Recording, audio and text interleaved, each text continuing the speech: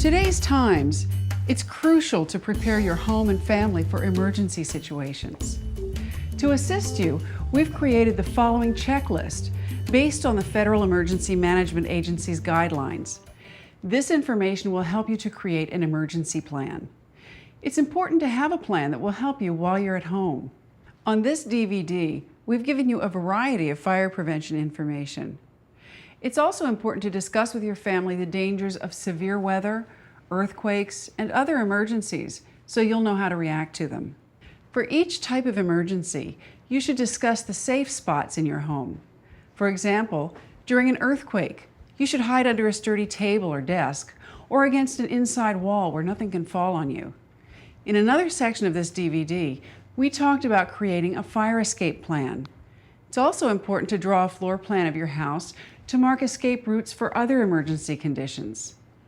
Emergency meeting places should be discussed with family members. One should be near your home in a fire emergency. For other disasters, you should discuss a meeting place outside your neighborhood in case you can't return home. Emergency phone numbers should be posted near telephones. It's also important to teach children how and when to call 911 or your local emergency number, police, or the fire department. In addition, you should teach your children the number of one out-of-state and one local friend or relative to call if you're separated during a disaster. Family members should know what to do in power outages. You should also show family members how to turn off the water, gas, and electricity at the main switches. To handle personal injuries, it's a great idea to take a basic first aid and CPR class.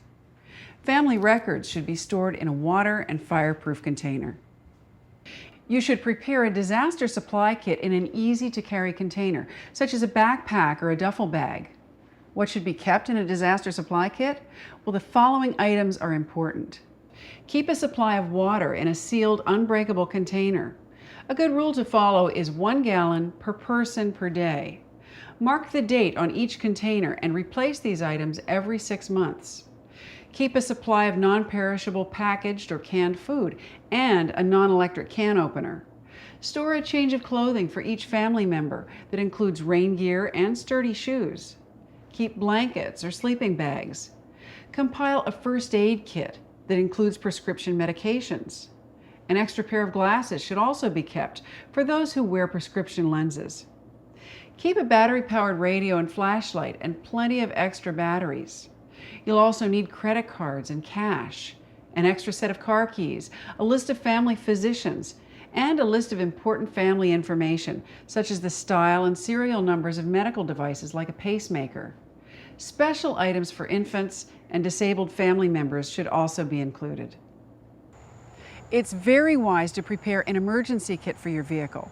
It should include the following items: a battery-powered radio, flashlight and extra batteries, blanket, a shovel, booster cables, fire extinguisher, first aid kit, bottled water, non-perishable food such as granola bars, maps, flares, and a tire repair kit and pump.